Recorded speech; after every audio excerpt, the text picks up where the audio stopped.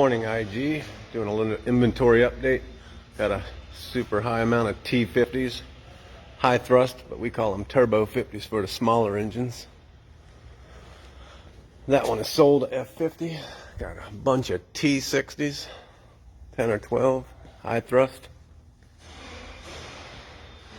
Couple 60 horsepower regulars, some F70s, a bunch of more 90 shows, 20-inch.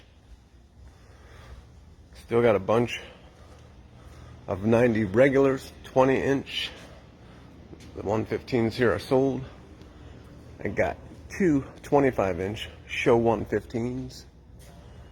Of course, some more 90s. Seems like the only thing Yamaha's shipping out. Those are all sold. Got some more 90s. A whole mess of 70s.